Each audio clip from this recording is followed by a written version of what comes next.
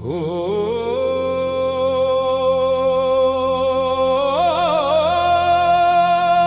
சுவாமியே சரணம் ஐயப்பா.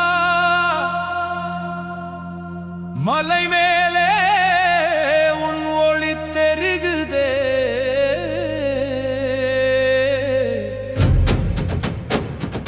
இருளுள்ளே நம்பிக்கை விழிக்குதே.